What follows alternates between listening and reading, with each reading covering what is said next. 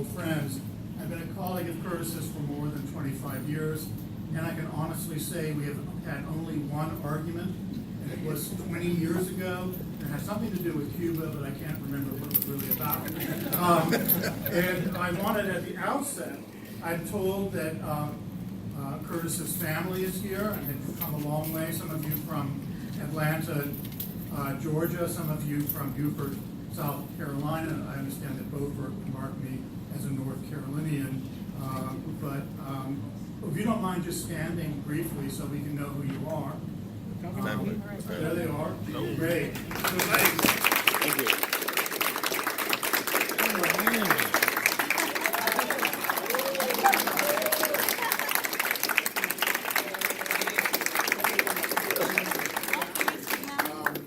I hope that 90 years old. Wow. She said she's a young woman. I'm a young woman. I am a young woman. I can read on my couch.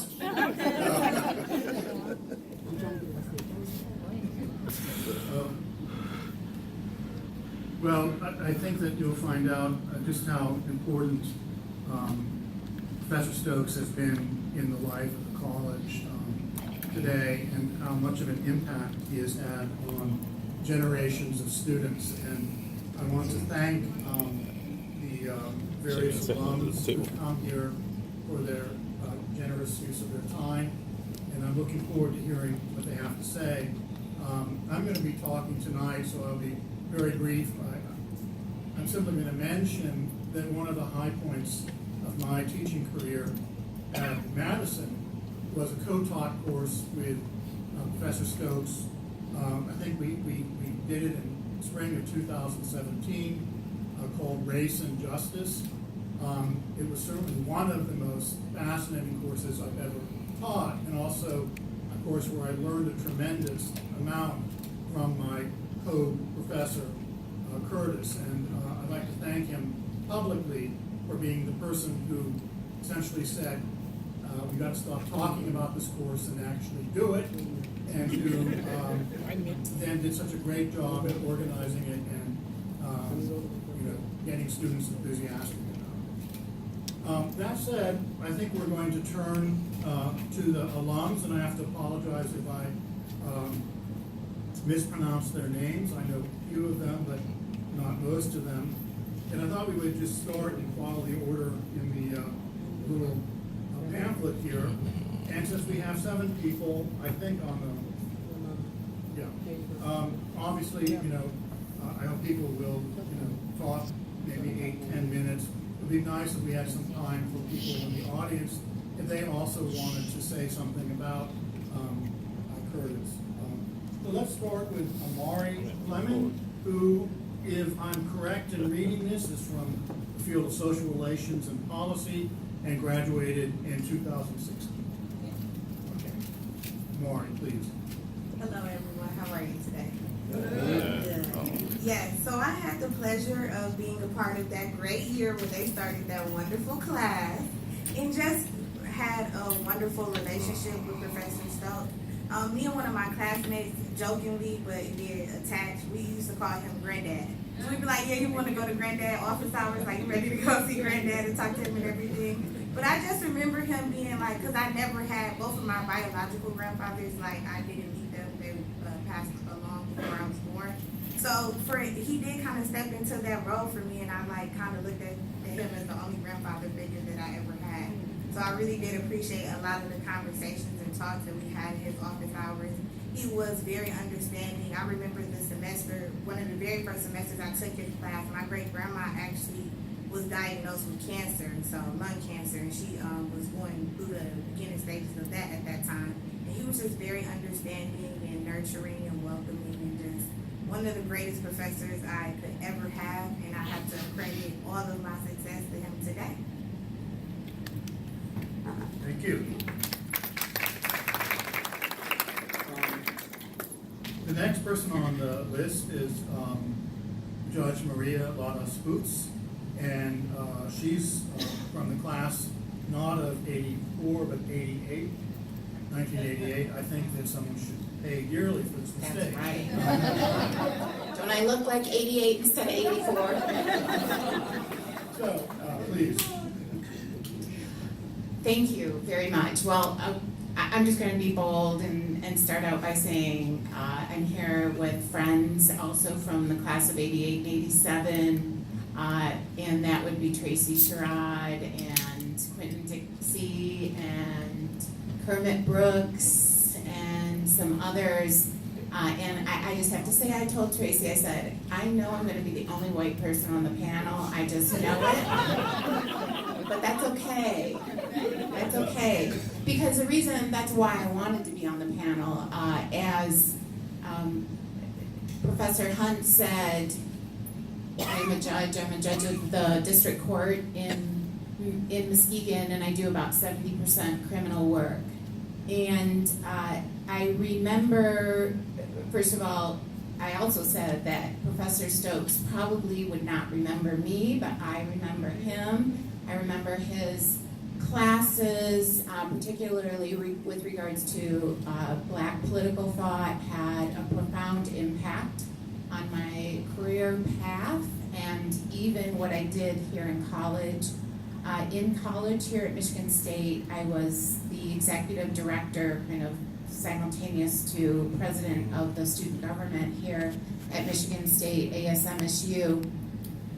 And the year before I became executive director, and then the year I was executive director, the primary thing that we worked on was the divestiture, pressuring the university to divest from South Africa funds, and the impact that ultimately had on the breaking of apartheid in South Africa, and the importance of that way of thinking throughout my career path, and how Professor Stokes really influenced that. And as I grew in my career and went to law school, like so many of us do, practiced mostly defense law and civil law, and ultimately became a judge here in Muskegon, Michigan, a state court judge 13 years ago, I have been astounded at the number of Black young men who are incarcerated in our Michigan prisons, and have worked through my career on the side on many task forces here in Michigan, including the Michigan Indigent Defense Commission. I'm not on that commission, but I've worked with that commission and started in Muskegon County the second. The first was Washtenaw County, but the second in-house public defender office in any county here in Michigan. What that means for those who might not know is that rather than having public defenders that are simply paid on the side, we have an in-house public defender system that represents individuals in Muskegon County from felonies to family court matters, meaning if their children are taken away for neglect and abuse, all the way down to misdemeanor cases. And those attorneys are paid with benefits and so on and so forth, so they don't have to worry about other caseloads, and they're completely directed at representing the important defense cases that they have before them. I've also worked on the currently, and I was fascinated with the entire, that may be a bad word, but with the entire Ferguson episode that happened in St. Louis, and reading the Justice Department decision that came out of the Ferguson matter with the killing of Michael Brown, and how much of that Justice Department report really had to do with why young Black men are arrested in this country, and trying to change that here in Michigan. And what is going on in Michigan now includes two really important, and I know it may sound like commissions and task force, but in reality that's just how things start. What's happening in Michigan right now that I've been involved in is the Michigan Trial Court Funding Commission, which is looking to change the way Michigan courts are funded. So we're not relying on the poor to fund our courts here in Michigan, which I think address many of the issues that Professor Stokes has addressed in his book regarding incarceration in Michigan.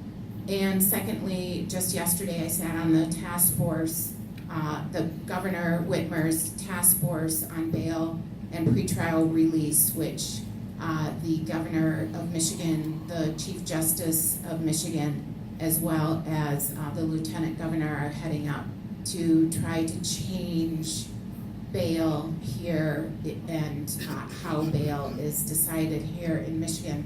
So once again, that young people of color are not 80%, 70% of our population in our jails instead of what our population actually reflects. And the last thing I want to say is that Professor Stokes taught us all how to speak strongly and loudly, and I think as people who may not be black, who aren't black, that we need to get involved in the issues that affect our entire society. And a question that I've asked fellow citizens is, you know, we especially here in Michigan have, you know, poured over, probably rightly so, giving back to American Indians. And we have, I don't know how many casinos here in Michigan. And we have tried to give reparations, essentially, to American Indians, probably rightfully so. But, you know, I think a question that we need to ask is, in our own society, if we want to live equally and freely and peacefully among ourselves, why is it that we don't give reparations to those who built our country for 400 years that have never received any reparation back? So, thank you.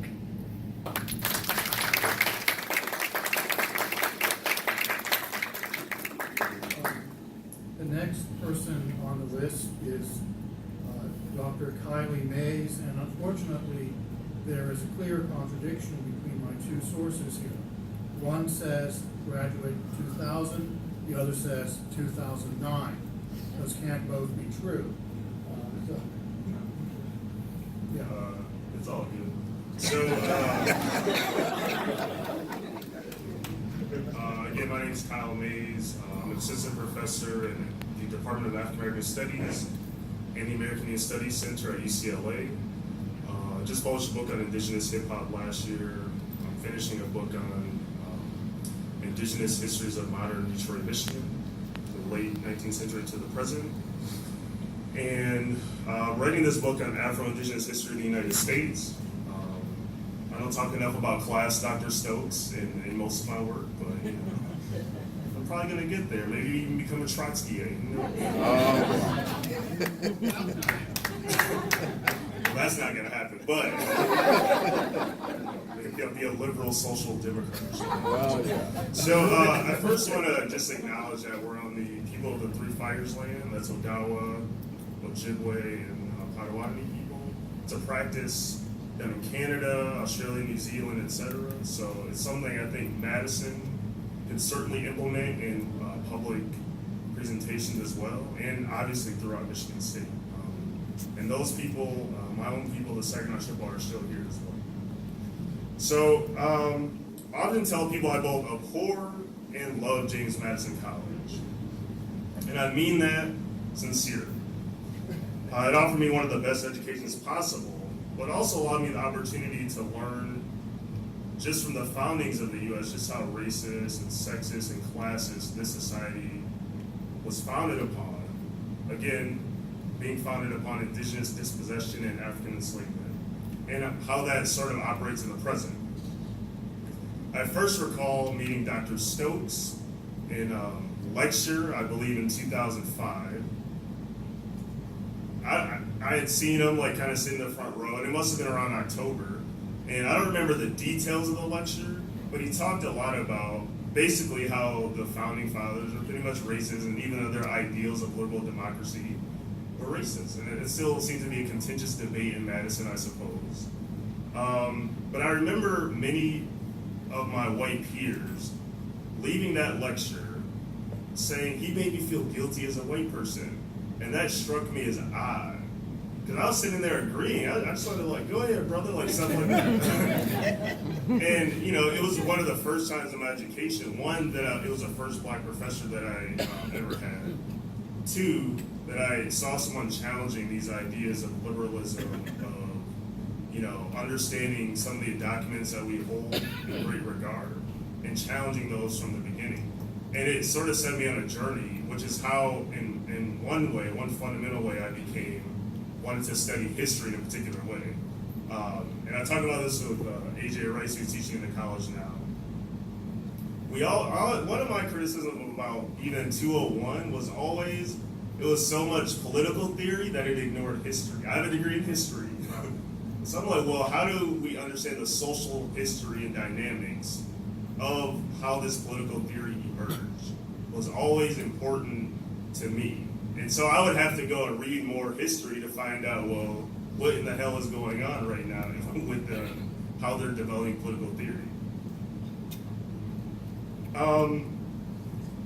The second thing I took is Black Radical Thought course, and it was mind-blowing. And the thing that I appreciated him and mildly, of course, that Dr. Stokes did, it didn't matter if you were liberal, conservative, radical, Marxist, whatever. He would challenge you on every single claim you made. And he would always, his classic line that I still quote and I tell my students, where's the data? So if you say the sky is blue, well, where's the data? And it forced me to really get into using data information to back up certain arguments and claims. And it's a practice that I always get my students to engage with. And I think, one, we obviously in current political climate, we could all, you know, use some data. You know, not this full science stuff. That's a whole nother discussion. And finally, I just want to say, Dr. Stokes, you've been an inspiration to so many students, especially Black students, with the race conference. Again, one of the co-founders of the Department of African American Studies here. And you mean so much to me, and certainly a lot of people, and it helped me get on a journey to continue learning. And one of the things I appreciate about you is you're always engaging and learning. You know, professors, we can sit and stop reading and assign the same things on the syllabi, but you always sort of change it up and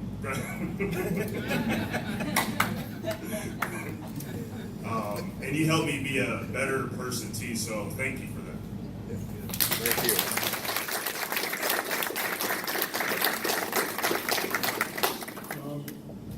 The next speaker on my list here is Zoe Middleton, who graduated from Madison and CCP in, it looks like, 2012. Yes. Hi, everybody. I'm a little struck that I'm the only CCP person up here, but I suppose it's a newer major. I stuck my way into mostly PPCB classes for a year to learn with Professor Stokes.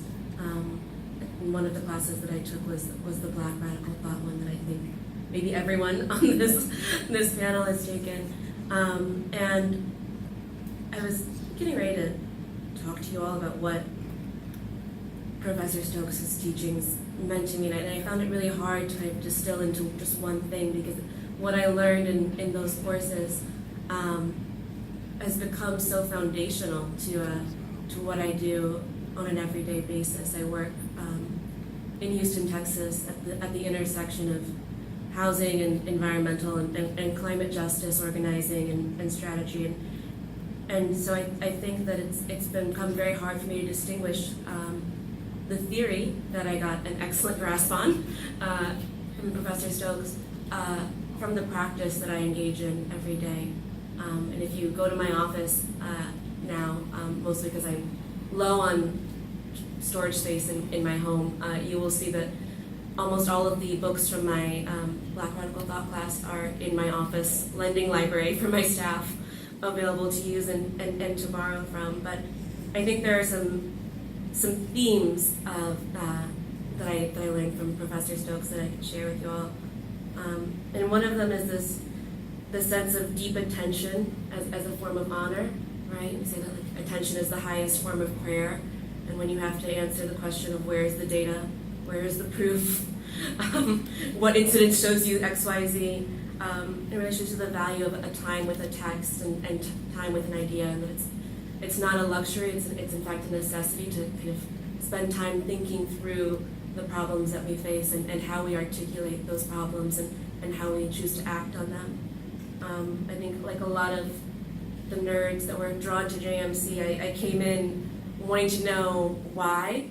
I had a deep sense of dissatisfaction with what I was seeing in the world, and I still do. That didn't go away. But I wanted to know what the relationship was between the problems and the systems and the different solutions that were being advertised. And I left Curtis Stokes' classes and other professors' classes. I see Professor Jazierski is here.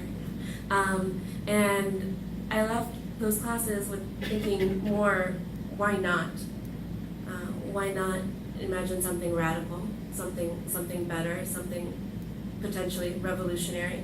And why not be particular and deeply ethical about the theory that guides us and about what we critique and what is deserving of critique?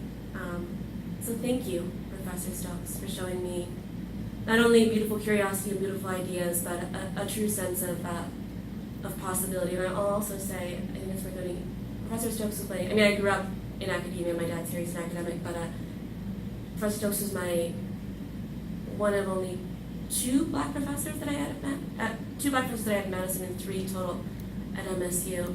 And so seeing that presence at the front of the room was certainly reassuring and made you feel like you had a place in a place that looks quite different, and where the ideas espoused are often quite different.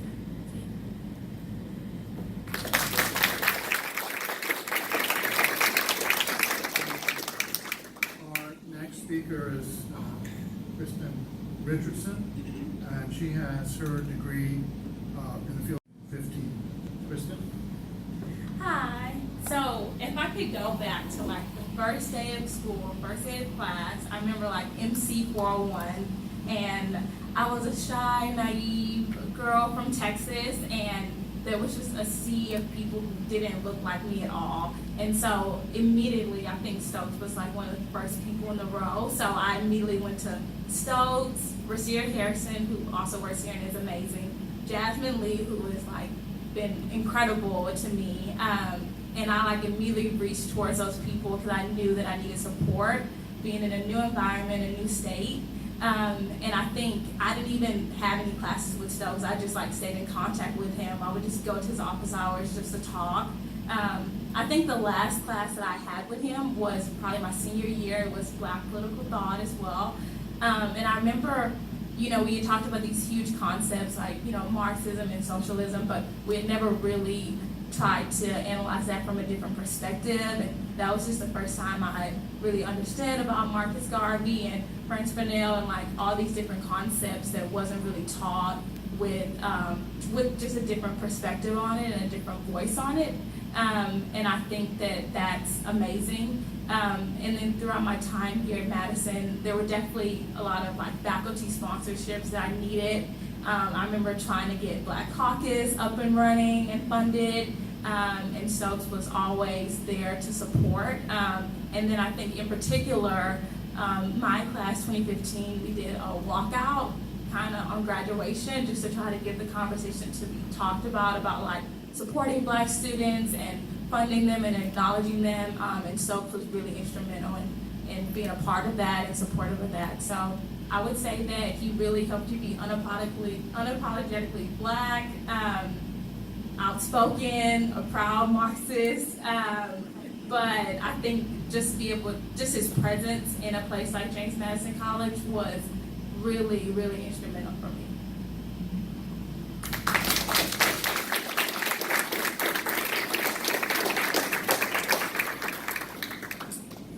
Thank you. Our next speaker is Dr. Ebony Roberts, who graduated in 1997 when SRP was still just SR. Would you please go ahead. Hello, everybody. I'm from Detroit, arguably the blackest city in America. And I had no idea what I was getting myself into when I stepped on Michigan State's campus, one of the whitest institutions in America. And to come to James Madison and to have Dr. Stokes on faculty, I didn't even realize at the time how much that meant, how much it would mean to me as a student.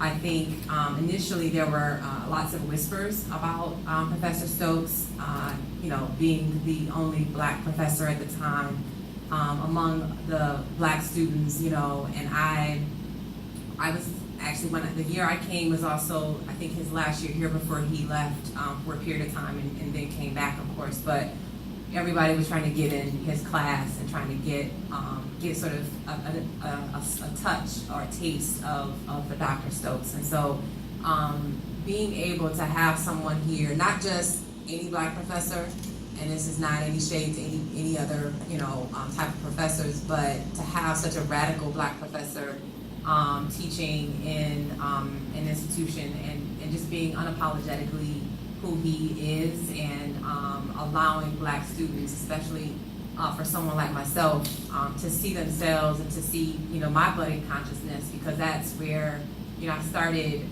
myself in high school learning about Malcolm X, and it was here at Madison that I discovered Marxism and discovered so many of the political theories. And because of Dr. Stokes and because of so many other professors, I was able to develop my own consciousness at a young age. And I would later go on to get a PhD myself, and I appreciate and respect any professor, black professor, or any professor of color who can stand in the gap and be the only one, to be the only student, but also to be the only professor, and to be able to support and root for your students and provide the kind of intellectual rigor that our students need. And I just can't speak enough for the example that you provided to so many students. And even though I decided to go against the academy and didn't end up getting a job as a tenure-track professor for my own reasons, being able to see professors like Dr. Stokes, and I see Dr. Geneva Smitherman back there, to see so many black professors that were the only, and the fact that 25 years later, there's still some professors across campus that are the only in their department. So we still have a lot of work to do, but you laid the groundwork here in Madison specifically.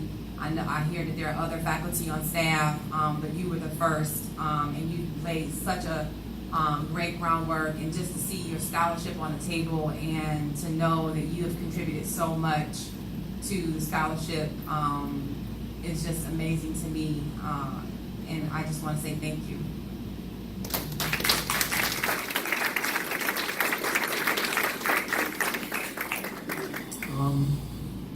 And next up is Julia Ruffin, is that correct? Yes. And she also is from Social Relations in 1990. Good afternoon, everyone. I am, first of all, honored to be on this panel. These are some heavy hitters up here, and I'm like, wow, I'm up here. So, Dr. Stokes, I don't know what to say. I mean, a lot of what they've said, I echo. Coming from Flint, Michigan, coming into this institution and seeing, all right now, and taking the challenge of the intellectual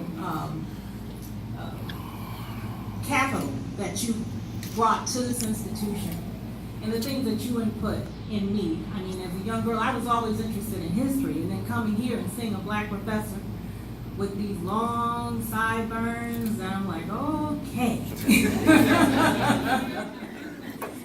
but you challenged me in so many ways, and the things that you input and imparted in me, I should say, I still carry with me today. I mean, learning about other political theories and thoughts, quotes like, you know, religion is the opioid of the masses. That kind of stuff stuck with me. And understanding the importance of political capital and political agency and all those things that, as a woman, as an African American, in spaces where I would sometimes be the only one, and having to try and figure out, okay, is this what I think this is? Well, Dr. Stokes talked about this. I didn't think I'd be facing this or having to deal with this. And the contradictions, remembering you talked about Tocqueville and how he challenged the American concept of democracy and the hypocrisy of that whole system that he looked at, that black political thought was a mirror, saying, okay, you say you're this, you have these principles and virtues, but when it comes to certain groups in your country, that doesn't apply. So, and the constant having to address those issues, even when you don't even want to look at it, but you know what it is, and you have to address it in some kind of way. And your political acumen and the foundation that you laid activated me in certain ways throughout my career. I worked in media, seeing the hypocrisy in some of that, how black people are misrepresented or thought of in a certain light, and the biases that pop up. Working in government currently, I work for the Oakland County Water Resource Commissioner. So there's a lot of issues around social justice there. Coming from Flint, dealing now with the issues of what's happening with the water. Spaces and places where we need to be represented even more so now than ever. I want to say thank you, and I appreciate you, and I'm honored to be here. Thank you.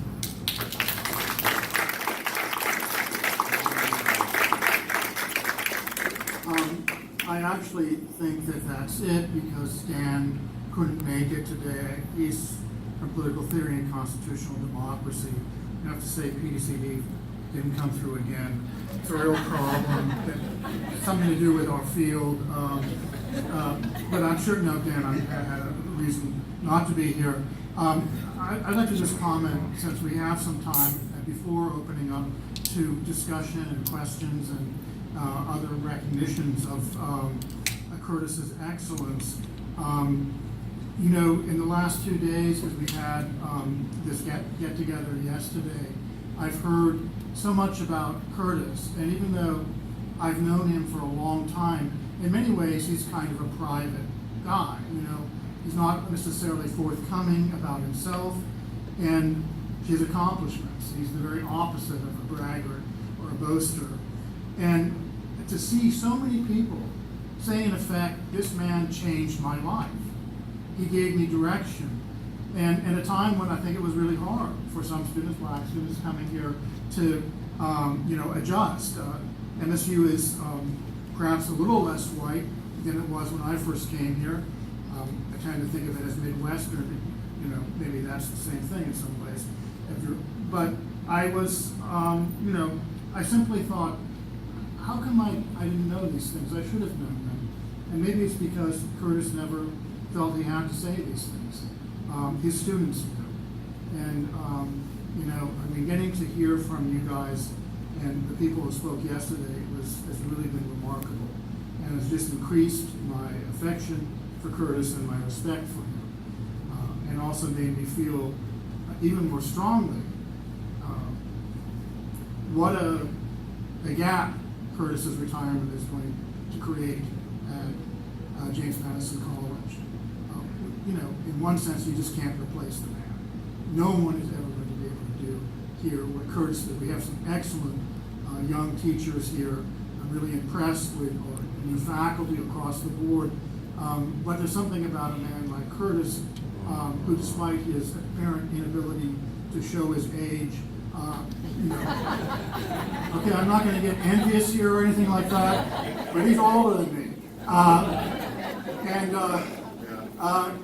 He really is, he is in many ways a bridge between the radicalism of the 60s and the concerns we have today.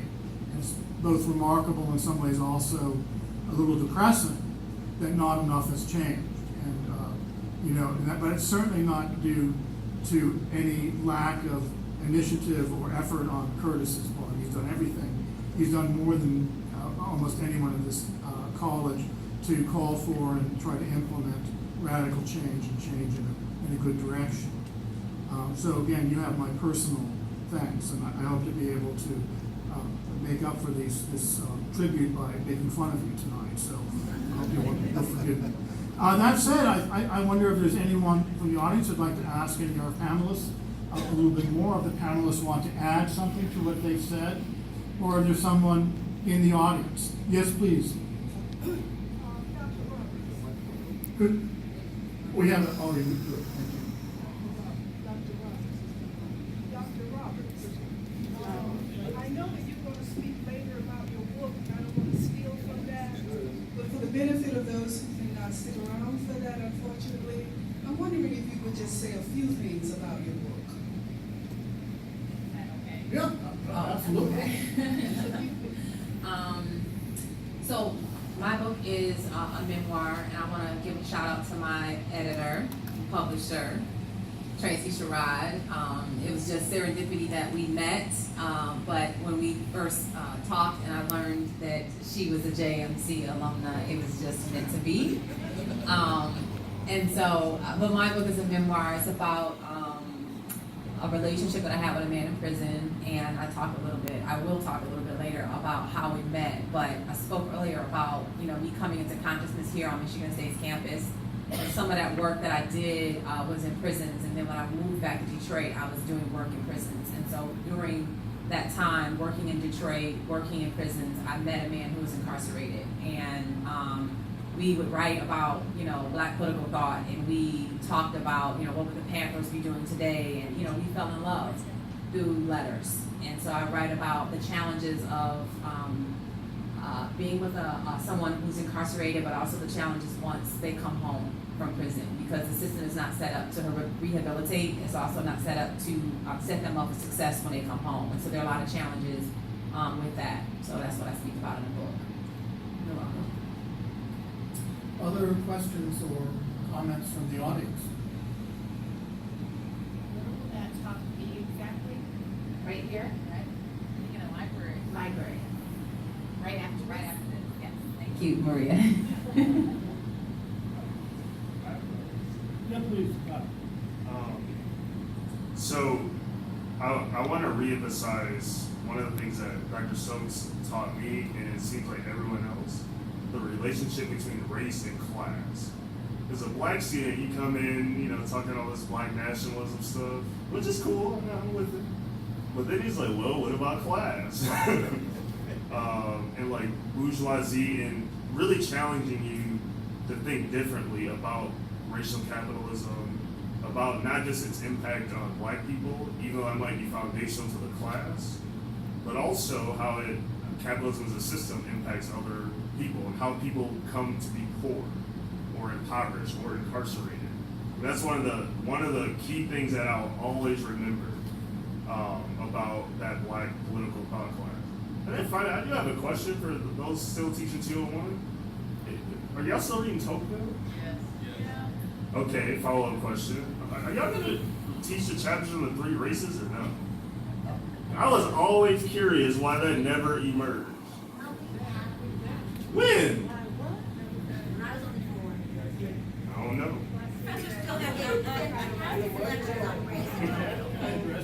Please. First of all, we should teach it every time we teach Tocqueville, but I can honestly say that in the times I've been in 201, we've only taught that chapter once. And I think since that is probably one of the most interesting chapters and, kind of wrenchingly challenging chapters in the book, that's regrettable. But we still teach Tocqueville, despite the fact that most students really don't want to read Tocqueville. I'd love to read it now. Someone else, I think, in the back wanted to talk. Yeah. Good afternoon. I just would like to thank Dr. Stokes. I started off at Michigan State in the Lyman Briggs College and transferred over to James Madison. One of the things that we teach incoming teachers is that it's not enough about the information you teach, even though Dr. Stokes taught me a lot, but it's how you make me feel. And it's how you made me feel as an undergraduate student that motivated me to get up this morning to come and attend this event, to thank you for everything that you did for me as an undergraduate student. As a professor, you planted a seed, and that's something that I always remember as an educator. And sometimes the seed doesn't always bloom immediately. It takes some time.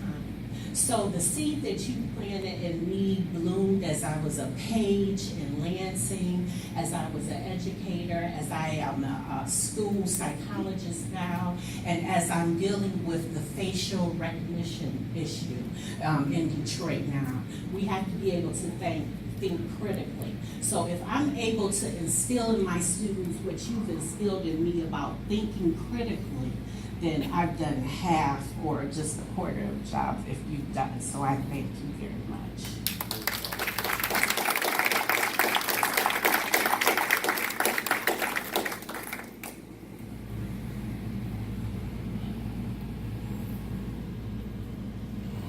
Hi, thank you so much. I'm Angela Dillard. I'm an alum from JMCD in 1988, which I hate to admit.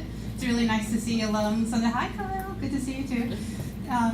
This is really great to be here and to hear people reflect on such an extraordinary career. And I just wanted to say a couple of things. One is just to thank Dr. Stokes. Sort of being here and kind of thinking back to all the early experiences, being a student here in his classes, being a student here at James Madison in general, and then still all these years later, trying to work out all of these ideas about the Black radical tradition and political theory and intellectual history, kind of book after book, paper after paper.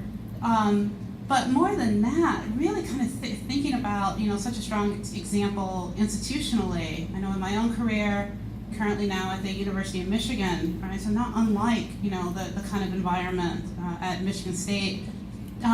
Directing programs, having chaired a Black Studies department, in this moment where everyone's thinking about institutional diversity, sometimes in the right ways, sometimes in the tragically wrong ways, and to just reflect about what it's been like, having a career here, year after year, raising these kinds of issues in classes. The conversation about 201 was just hilarious, by the way. I'm really kind of sort of thinking in my own mind, kind of studying de Tocqueville here.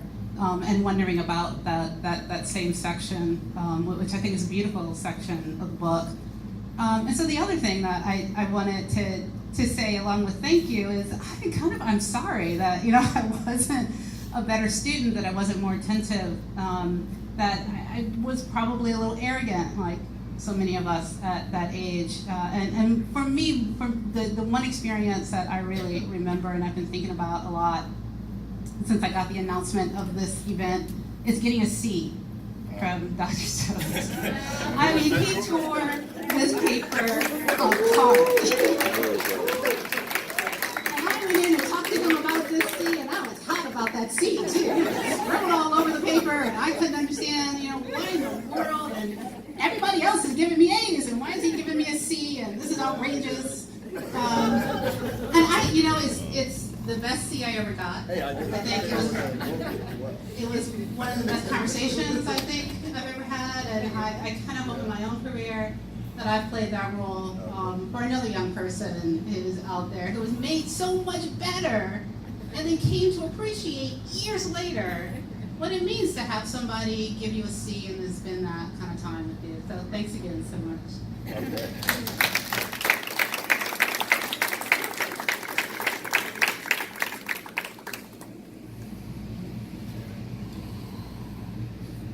Good evening, everyone. My name is Clara Blakely, and I'm retired from the University of Michigan Flint, and I'm here to honor Professor Stokes. I know him as a public intellectual because I came to the second race in 21st century America, and I tried to bring anybody that could fog up a mirror with me. And he did so much to contribute to what we need. And I just wanted to come here and just say that I appreciate you, and your pebble that you threw in the water is still working. Thank you.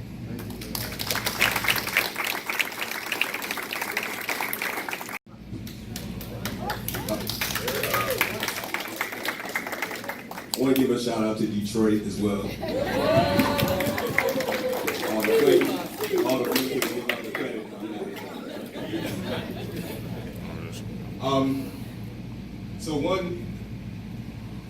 This is just a fascinating space to have Professor Dillard here. For those of you who don't know, she's very humble, but a very well-known, well-respected professor, both in the Department of African American Studies at the University of Michigan. But also one of the things when I think about her work, and I think about one of the contributions of Dr. Stokes, is really appreciating the diversity of Black political thought. And I think that that's the thing. So we talk about class, but also the various ideological beliefs that Black people subscribe to. And I think that that was the thing that, one of the many things that I appreciate. You said, what's it? Adolph Reed. That's Stokes' boy. Not really. But I appreciate that because, again, especially as a young person, I think a lot of Americans just think Black folks have one particular kind of worldview, like Black people think a particular way. And that's so I appreciate that that training and learning to appreciate how that is not true, but also particularly the way in which Black people's kind of complex relationship, not always kind of dismissal, but complex relationship and engagement with liberal democratic theory as well. So I appreciate that. The other thing, and I think for me, and reflecting particularly this past year, we've talked a lot about Black radical thought, institutional change, radical politics, revolutionary thought, liberation, these things. Much of which, a lot of us have learned or have taken in from Dr. Stokes. But the other thing that surprised me, has kind of continued to surprise me, but not as much anymore, is particularly Dr. Stokes' relationship to Dean Sherman Garnett. And what I mean by that is, one of the things that Dean Garnett shared with me, I don't think he would mind saying this in public, is the respect that he has, the deep respect that he has for Dr. Stokes. And so despite all of the kind of radicalism that we've been talking about, he said, Stokes sat me down and just talked with me about Black politics, talked with me about the experience that Black students were having in their experience in college. And for me, especially as an undergraduate student who was with Kyle, running around, starting stuff, protests, etc., yelling at Dean Garnett, that kind of juxtaposition fascinated me. Like, well, how could this Black radical person actually sit down and talk with this white dean, right? But it made me appreciate how change actually comes about, or how do we, or at least question or think through how change can occur, particularly at a predominantly white institution, right? So I appreciate radicalism, Black radical thought, etc., but also there's a very real experience for Black students on campus. Let us not forget about Black folk off campus as well. But I do think that that's something that I appreciate, especially as I enter the academy, to really think through how do those of us that are operating within these institutions, how do we have this kind of commitment to Black students and Black radicalism, while at the same time being able to work with those who might not have that same kind of background, to accomplish even incremental change. So that's just one thing I wanted to appreciate you for sharing.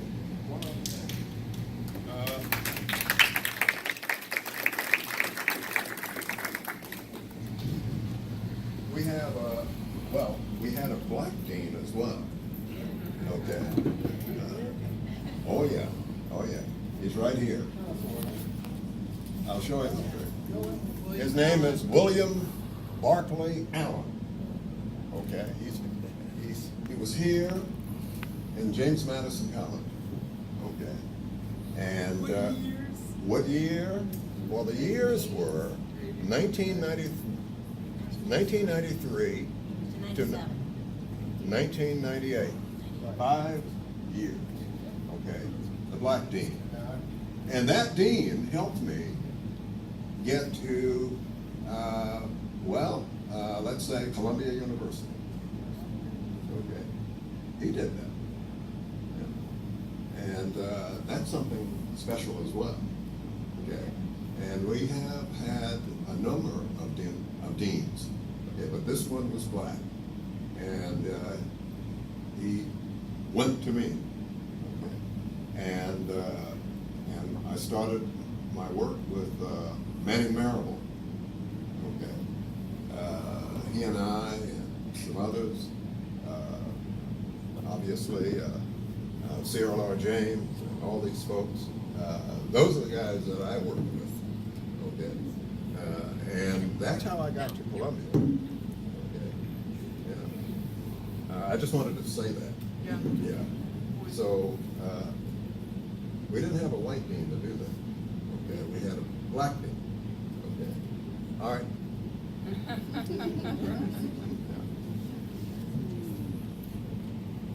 Anybody knew that? Anybody here knows that we had a black dean here? Anybody? Who does? Hello everyone, my name is Ron Bush. I'm a 1987 IR social ed. And Professor Stokes, one thing that I really appreciate about you, because when you came here, I think I was a freshman, is that people like Herman and Kermit and June and Jerry Boyd and Tracy and others fought hard to get you here through, I guess it was called Madison Minority Alliance, of which I remember you were president at one time or another. And it was really cool to just come and talk to someone who kind of looked like me, you know, and it was cool to be a black intellectual, you know. It was not passe, it wasn't uncool. It was like, yeah, I can talk to a man who is, you know, a black man about intellectual stuff and feel comfortable. And so from that standpoint, while I never had you in class, in the classroom, we had class in your office. So that I appreciate. Thank you.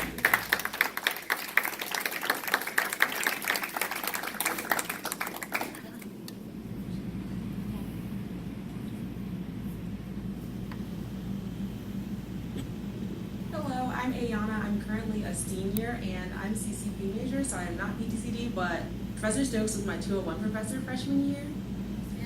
Yeah. And one of the things I'll talk about is not necessarily intellectual connections, but just like this positive energy that he's always giving to me. So every time I see him in the hallway, he's like, Ayana, hi, how are you? And he's just so like positive. And like a lot of the professors in James Madison are always like walking around and like maybe they don't always acknowledge you. And that's one of the things I've always appreciated about him is like he always goes out of his way to like speak to me and like talk to me, see how I am, and like his office is always open. Like he's like, hey, come in, the door may be closed, just give it a knock. And like he's so amazing. I've had him twice. I also took like the Black Radical Political Thought class. Never had that many black people in the class ever. And I was like, oh my God, this is so amazing. But I just want to say thank you for just always being kind and like genuine. And I just appreciate you so much. Thank you.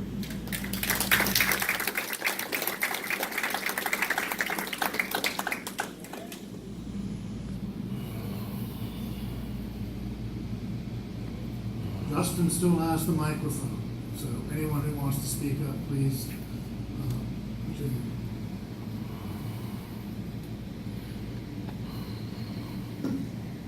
My name is Betty Sanford, and I'm retired as of 2014, worked very closely with students here. And I just want to echo everything that everyone has said about Curtis Stokes. He's been a stalwart here, and he's so much appreciated. But I want to call attention to Moderator Hunt and to Dean Jarrett. I heard it from the panelists, and I heard it out here. I heard a strong appreciation of having Black faculty and what it means, what it feels like. And I'm just wondering, I don't think Dean Jarrett is here, Garrett is here, but I'm just wondering, how does it feel to you to hear all of that? And in hearing it, what can change in James Madison? I know that you have some faculty here, and I've met a few of them. I'm so happy to see that. But we certainly have far too few. And so what can you, in your position, do, or what can you take back? Information can you take back that talks more about what's needed here in order that all students feel integrated and really a part of this college? I worked with students, I guess in the 90s, and I know you had a program here at that time, at one short time, to address students who have been marginalized. But that didn't last very long. And so how can you improve on the bringing in faculty that would also help many more students feel a part of this college? Really good question, and I'm afraid I don't have a very good answer for it. In partly maybe because, you know, like people who've been teaching in any institution for a long time, I sort of have detached myself a bit from the day-by-day politics of the place because it can get a little tiresome over time. All I can say is that, first of all, when I did come here, it was remarkable that Curtis stood out, you know, and I think I came at a time when Curtis had had to struggle, you know, to establish himself here and even get the respect he deserves. What's that? Oh, I thought you were addressing me. You were looking at me. Well, then I maybe should retire. I think.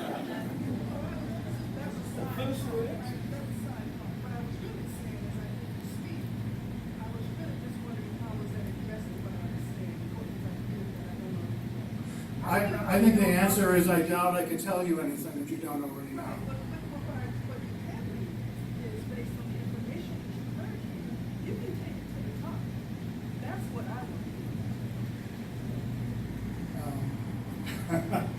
I wouldn't overestimate. We have 3 or 4 doctors right here that we could recruit at the moment, right? Yeah, we have Quentin Dixie and Mr. UCLA. It's in LA though. No, I mean, I think I can only say that, I mean, I suppose in a certain sense I would have to say you might be overestimating my ability to have an impact on the dean or anyone else. I mean, just to go back to this one course that Professor Stokes and I taught, that's the first time anyone has done a course like that at Madison. We're both in the same field, political theory, and there was a kind of absence of addressing the issues of race in our curriculum, and we both agreed on that. We also thought that we should have a course that was primarily directed at freshmen, to somewhat a lesser degree to sophomores, that is to students who are coming in and need, you know, to from the very beginning of their education here, address issues of race as central to any one of our fields. And I can't say, since we actually only had 10 students, we got in late, and Dean Garnett was kind enough to run the program even with only 10 students. And so that, you know, this unusually low ratio of 5 students to 1 professor. So I can't say we started a mass movement or anything like that. But, you know, it was a very good group of students. And, you know, my only regret was that in some ways it was a course that was meant to be a kind of test run of a more general attempt to address these questions. But that was it. You know, this was 3 years ago, and we haven't had a chance to do it again. But, you know, don't think I have a better answer than that, through that kind of teaching, I think we can help. Hi, I'm not going to stand up. My name is Constance Hunt. I'm on the faculty in the college, and just to try to address, I think, the core of Betty's question. The college, both the students and the faculty, have made a concerted effort to recruit African American faculty to the college, and Curtis has been a leader in that, obviously, from the beginning. I think in the last 4 years, the college has quadrupled the number of African American faculty. In tenure stream right now, I'm probably not perfectly accurate, but I think there are 6 African American faculty that are in the tenure stream in James Madison College. Compared to the rest of MSU, that's wildly an improvement. From my point of view as a faculty member, thank God, the college has started to be able to attract faculty and hopefully retain faculty. As Curtis mentioned, he went to Columbia for a number of years. When I was a younger faculty member here, I was scared to death that he wasn't going to come back. And fortunately he did. So it remains a continuous challenge. And secondly, we're really encouraged that more and more students are pursuing the academy with all its problems. AJ mentioned, how do you navigate a complicated institution and try to see yourself pursuing a profession within it, and that remains a huge issue. But I'm enormously proud of the students from Madison that chosen to do that.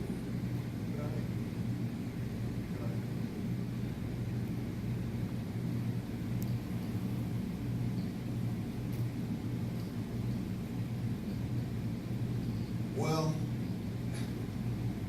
I'm the only black professor, full black professor in the college. There are about 6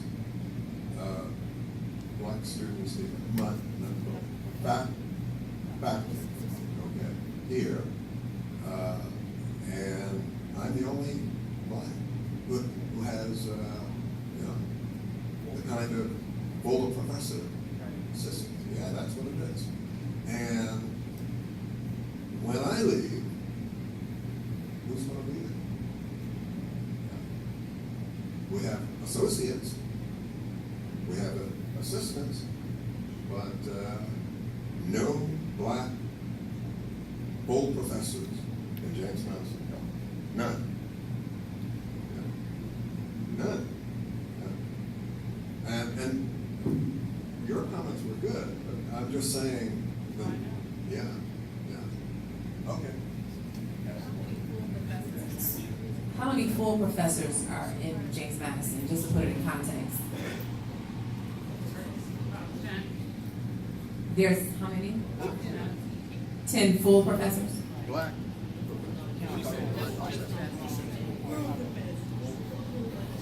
Well, Dr. Stokes refers to himself as being the only full black professor, so I was just trying to put that in context and how many full professors that aren't retired are there on faculty.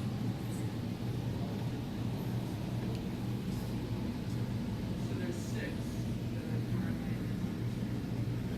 out of 45. There's 6 full professors? No. 6 tenure stream black.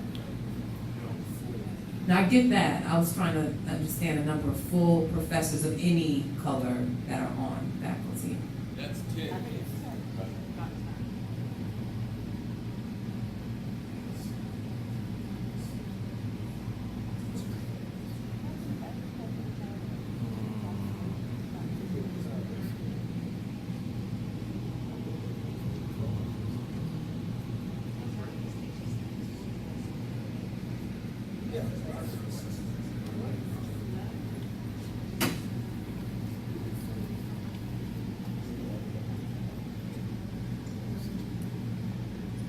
Geneva Smith, University Distinguished Professor Emerita. not to let medicine off the hook, but this is a university problem. The English department, since I left, has no black associate or full professors at all.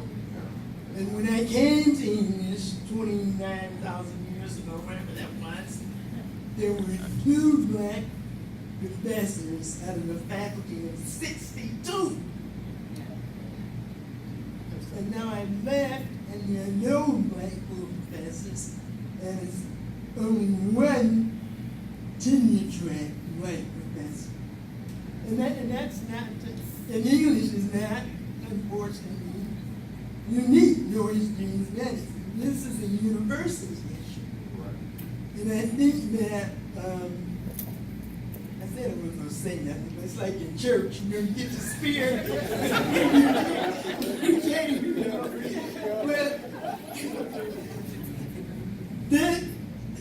that situation of the gross disparity in terms of tenure and tenure-track professors of color versus of non-color, that's been one of the things that dealing with that issue that I have admired so much about Curtis over these 2-3 decades that I've known him and been here. Yeah, fighting to change that reality. And it hurts that, now he's leaving. And it's the same ish that it was when he came, or when I came 30 years ago, university-wide. And I think, trying to write my memoirs now, my time and struggle since the 60s, when I first came into Black Studies. I think one of the critical problem here at MSU has been that we're so individualized. And all these different disparate spaces, like one here, one there, one in Michigan, one in that. You got 12 colleges or something. And nobody knows what anybody else is doing. I think that's been something that we as activists and professors should have addressed long ago. Let's get together and unite to deal with this problem.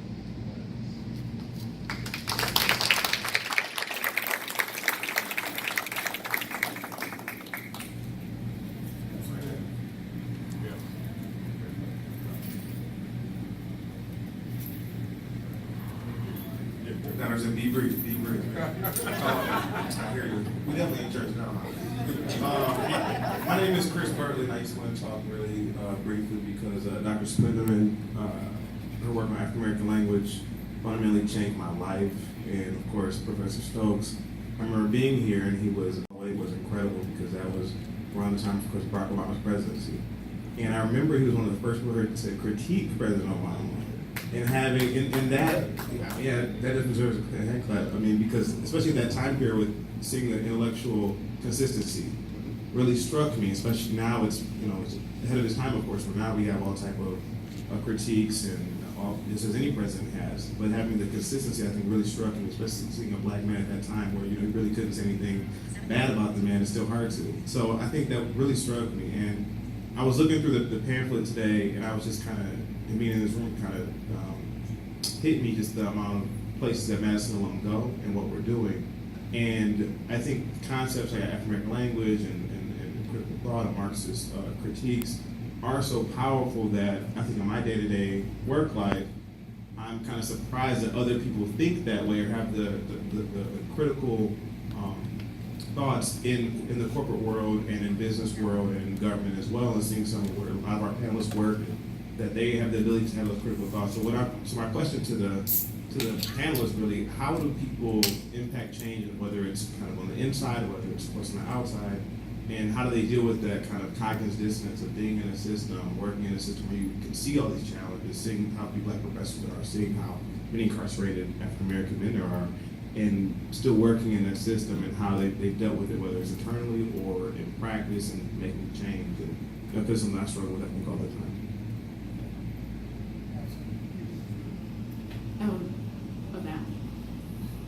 I was going to say, for me, being in the system, being a judge, 13 years, I would say the number one thing is to speak up. You know, I am shocked at how many people just won't say it. You know, just won't say what's going on. You know, we saw it at this university, right? Not to bring up a bad subject, but with the Nassar tragedy. You know, how you could have a huge pink elephant in the middle of the room and nobody will say it for years. And yeah, just to say it.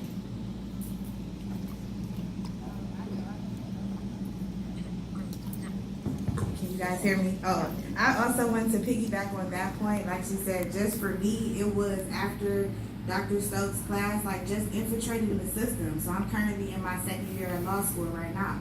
Because, like, that's how you combat those type of, like, institutionalized racism that we've been placed with, systematic oppression, like, all of that. You have to get inside those systems and try to break it down from the inside out. So that's my story. This is silly for me to answer your question because we talk all the time. But I think that for me, so in my work it involves a lot of agitating and activist work and filing suits against Ben Carson and that kind of stuff. But I think calling out it and very purposely mentioning, power, mentioning, we had this whole conversation just now about tenure-track professor versus full professor versus, associate, and no one actually mentioned the incomes that those professors are in. So being very, very explicit in our language about what it takes to live and what it takes to live with dignity.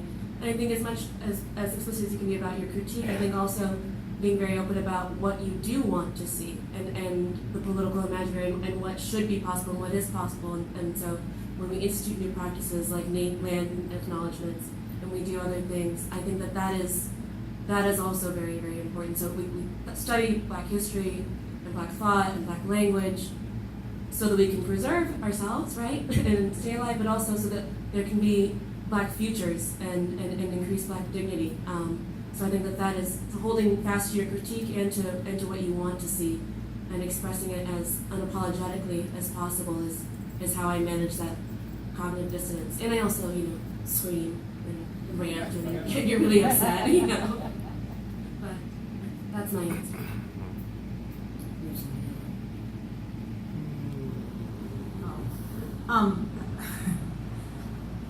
For me, working in the government, working with Republicans and Democrats, and working in institutions where you see some of the stuff is as old as the American flag, and these people, this concept of equality. When I go back to Tocqueville and pointing it out and giving voice. In the area that I'm in currently, dealing with water, dealing with the fact that there's not very many of us in that industry.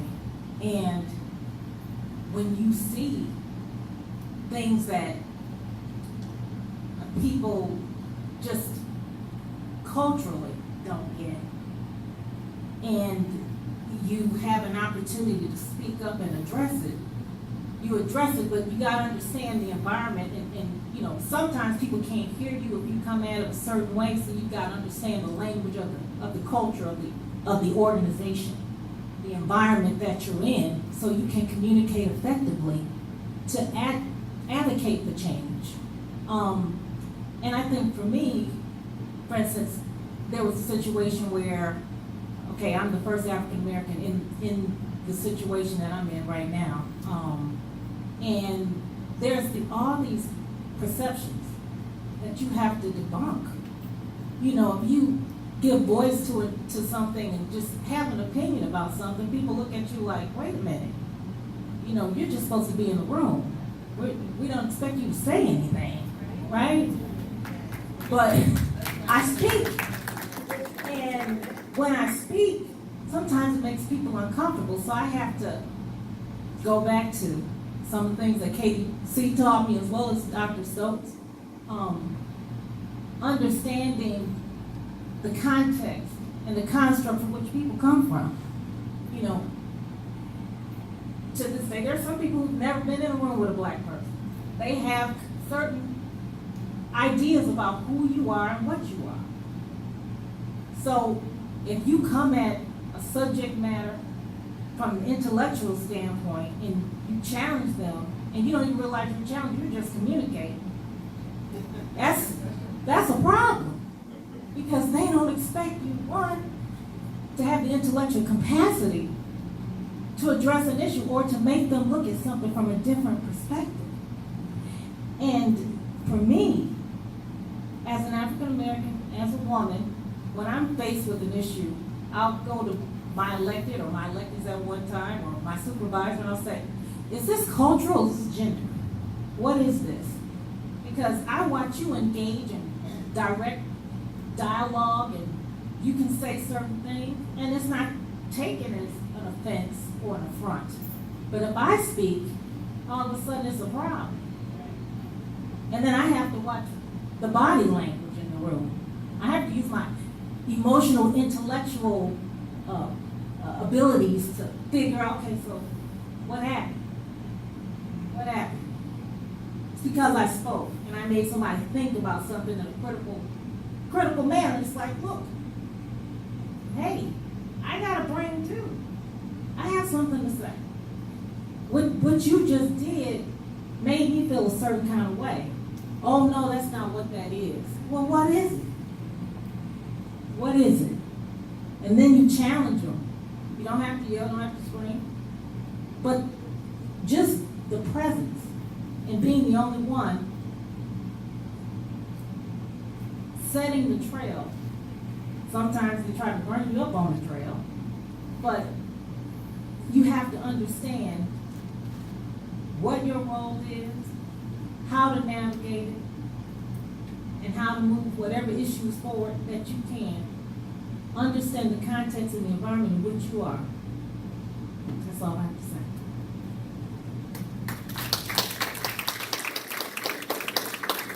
So, just real quick, the one thing I learned from Dr. Stokes, Dr. G, shout out Dr. Louis Jezerski back there, that social theory course. Yeah, it was a lot of fun. Is the idea that changing something from within inside is a fraught idea, hasn't necessarily worked. You might get a couple of crumbs under the table, but it hasn't really worked that well. Like, you know, I'm coming from a very privileged position now as a professor. However, like, that large, thick horseback Dr. Stokes assigned with hella readings in there, it taught me a lot about trying to fundamentally uproot something. And that's sort of the idea of radicalism, as Angela Davis taught us a long time ago, to uproot something. And then thinking very critically about how to do that. Obviously, we need to survive and have human dignity and those sort of things. But how do we, as we imagine a black future, etc., how do we uproot the particular systems that continue to oppress and also reproduce ideas of oppression when you think that we're okay? And these are some of the core things that Stokes and others have taught me. So the system thing, like, you know, it sounds cool and all, but I don't know.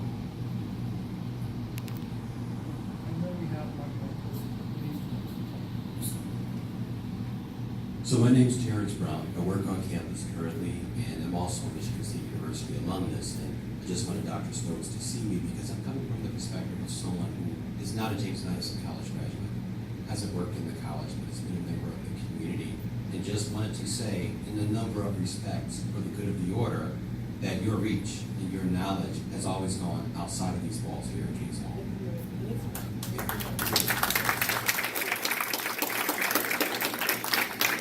So I was one of the people, whether it was Ray Hearn or Julia or other people who came out of your class and they were talking about the autobiography of Malcolm X or whatever else was covered in the curriculum or the course plan for that day.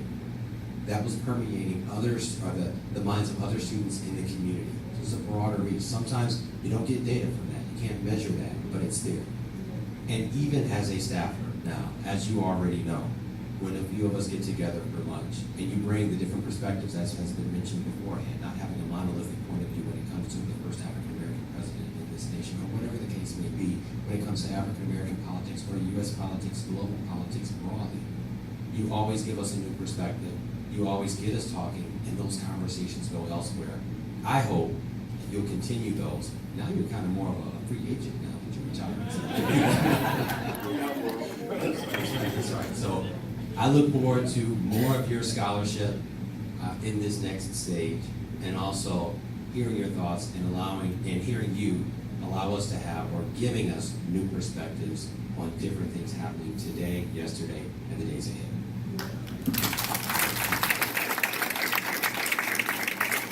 Well, we're almost out of time, and I know that things are afoot after this. Is there anyone who wants to say one last thing? Congratulations for Professor Stokes. If not, perhaps we could, yes, somewhere in the back here, please. I think I was curious, but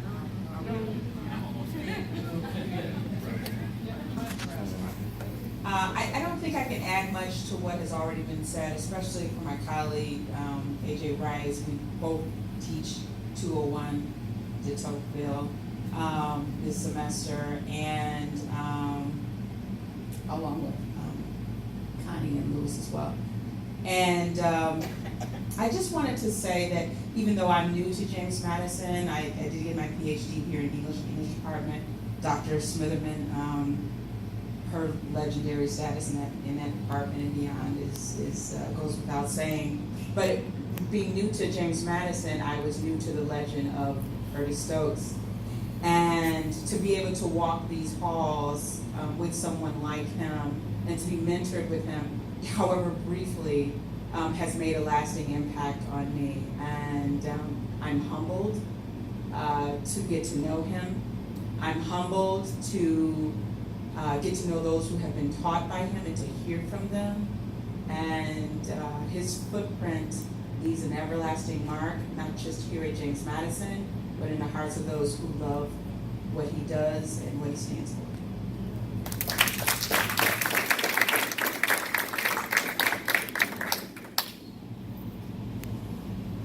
I'm Rocky Beckett. I'm an 86 graduate of Madison, and also here for 19 years now as the Director of Development. I just wanted to thank everybody who's come back. We're working hard on these programs and stuff, and the alumni and the faculty and everybody's here. I appreciate it. I appreciate the discussion that we've had, and I think it's very important. Appreciate all your voices in the agency.